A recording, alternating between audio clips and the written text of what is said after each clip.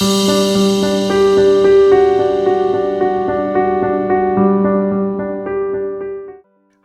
I'm Dee Dee Anderson of the Anderson Alteration Academy. Today's video features a beautiful lotus dress. Love the lotus brand, lots of beadwork, very elegant.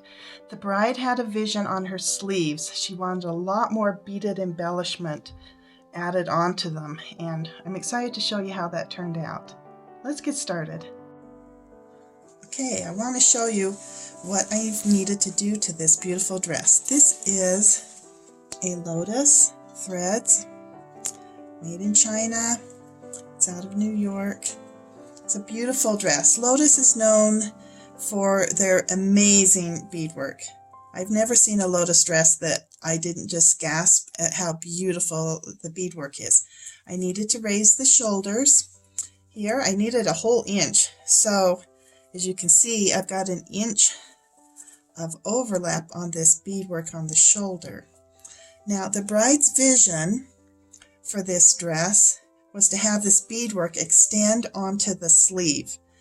And she bought some extra beadwork. It was actually what came was the belt, a big long strip like this belt that we had to use with. And it wasn't nearly enough.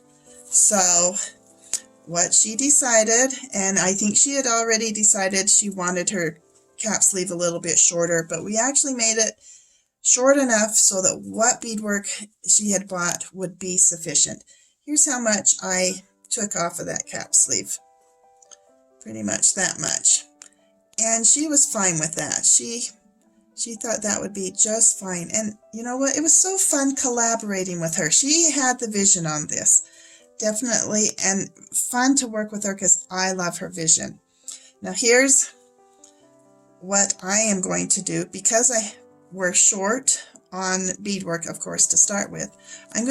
This is the back, here's the front. Look how the front swoops down around, very pretty.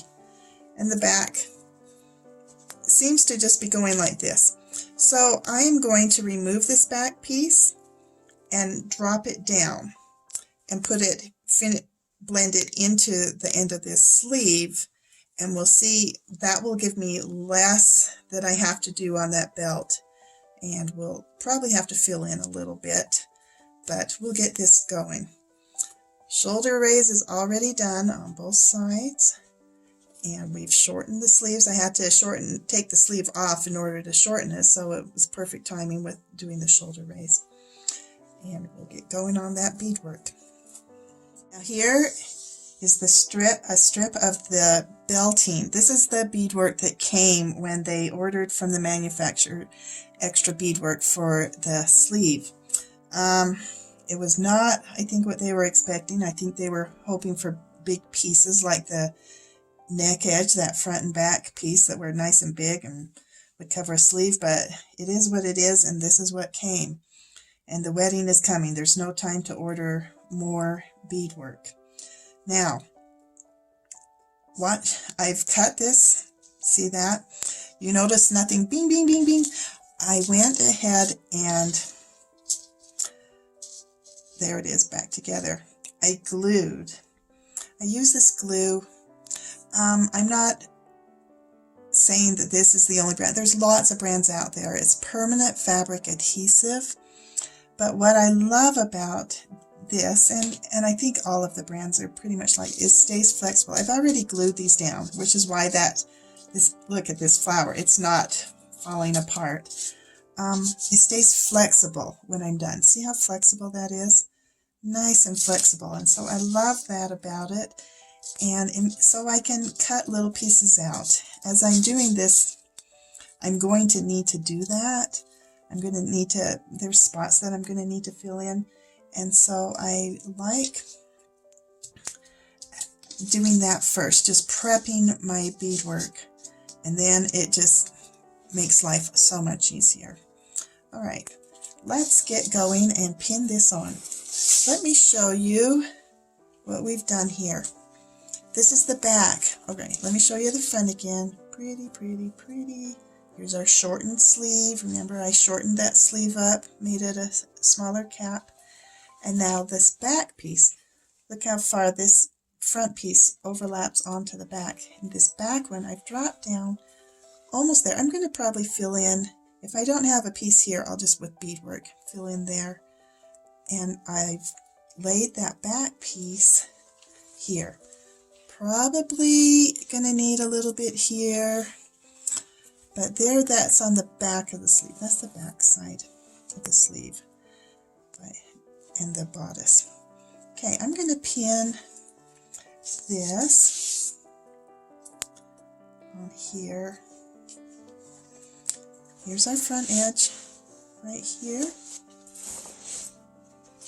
and of that sleeve. And because this netting is flexible, I can adjust it a little bit if I need to. I'm just going to pin this on, and then I'll stitch it. Again, hand stitch. That's the story of my life with this. You know, Lotus, you know how I've already told you, I love the Lotus manufacturer because of all the beadwork. That's also a reason that some seamstresses might hate Lotus, because they're like, oh, all the beadwork. I hate all the beadwork I have to work with. Well, I like beadwork. It's my thing, and so I appreciate what they go into. Now I've got that, so it's blending in. It's gonna kind of wiggle around. We'll keep that little leaf pushed in there. And there it will go. I want to tell you a little bit about why, some of the reasons I like Lotus. First of all, no, I am not getting any money from Lotus. They don't even know I'm doing this video. They don't know me from Boo. But whenever I'm doing a dress, there are things I like about different manufacturers, so I might as well tell you. First of all, of course, I love the beadwork. I mean, what's not to love? Look at the dimensional. I love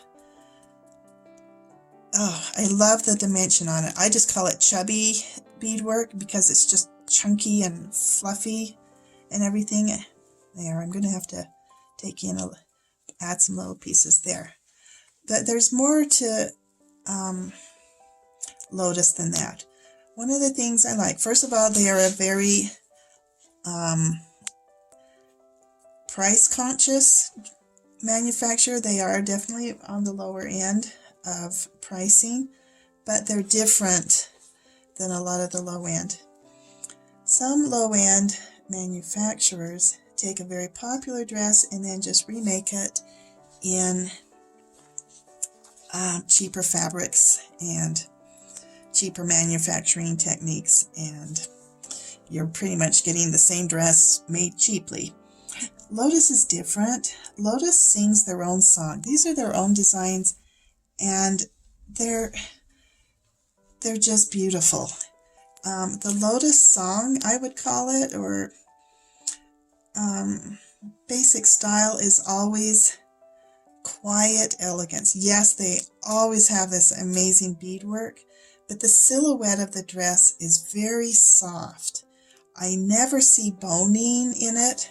This dress, the bodice has, do you see this cute little bust? Just has a little bust dart.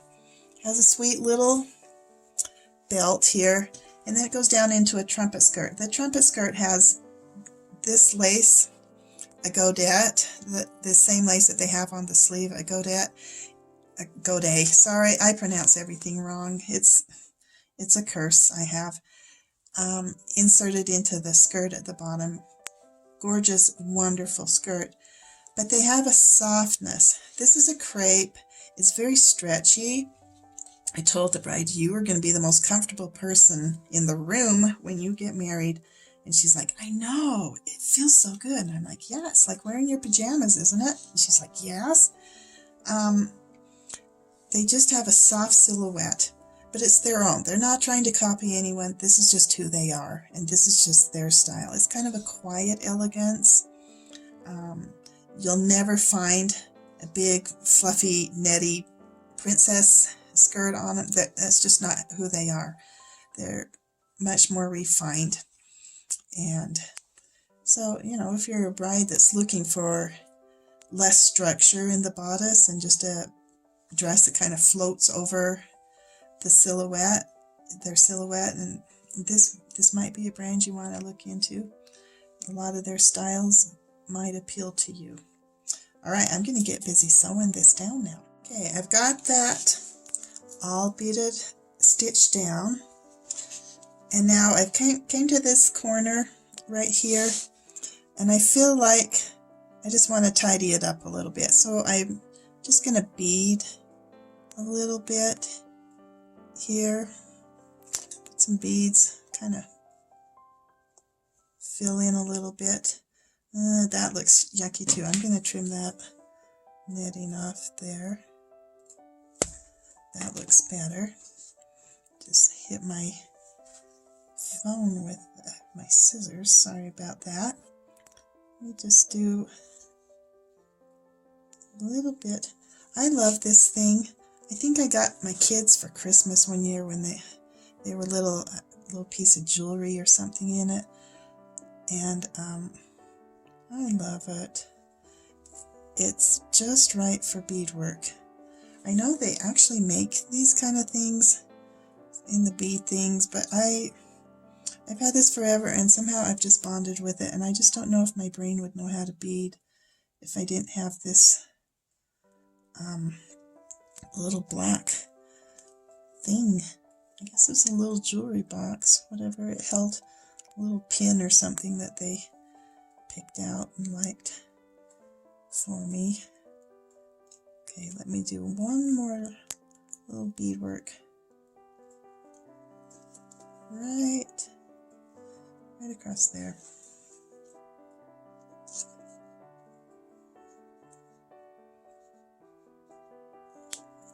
Now I lost my beautiful bead. I don't have too many because I glued. I don't have a lot of extra beads. I could always pull them off if I needed to, but okay.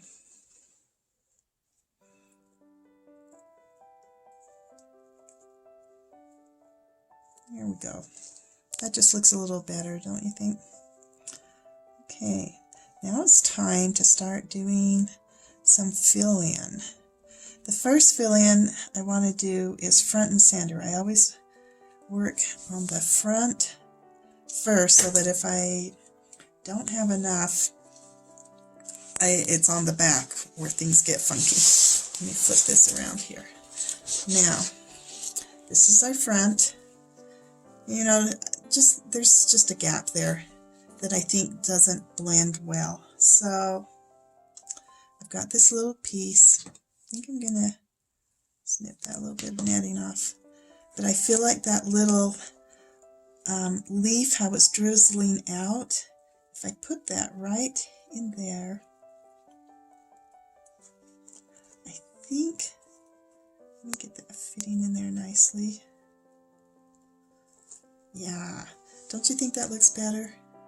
Let me pull that down. Okay, so I'm going to do that. I'll stitch that down first. And then, again, because I want the front to look better than, and worry about the back, I've got these two. I think if I do it sideways, I can kind of just fill in some little spots. Here's that kind of beading. Maybe I should put these fluffy flowers next to that. And put this beading where I've got fluffy flowers. Put this beading and stuff next to there. When I'm trimming these up, you can just kind of push those flower petals forward and then just trim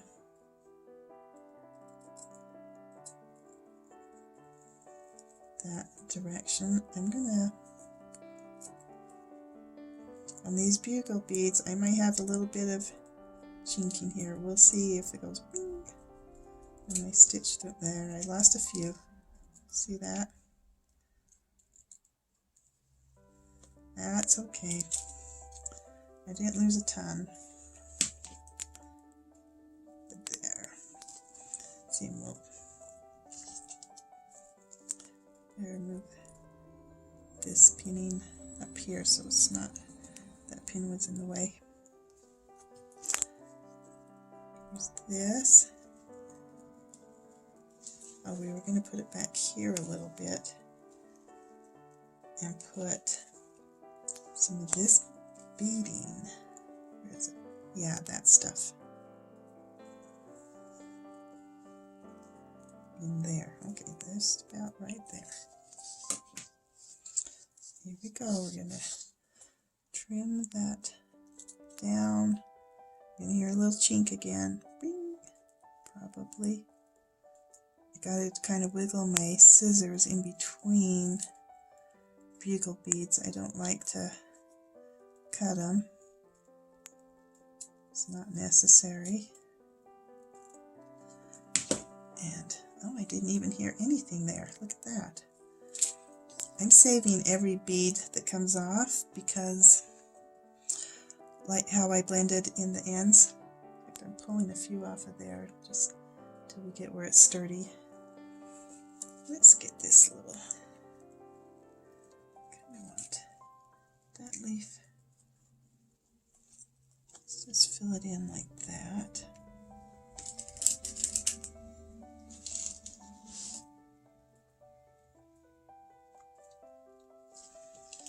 And then let's add this right here. And hey, that's probably enough for this side. Probably, oh, that looks good. That looks like enough. And that blends. I like this. Blah, blah, blah. Going up there. Now it delicately. Got a few more holes there. I'll get to them later. And I think that's good. Excellent. 2 more holes after I stitch these down. But, oh, here's a few more things. All right, I'm going to get busy on this. We're almost done with this. Bye-bye.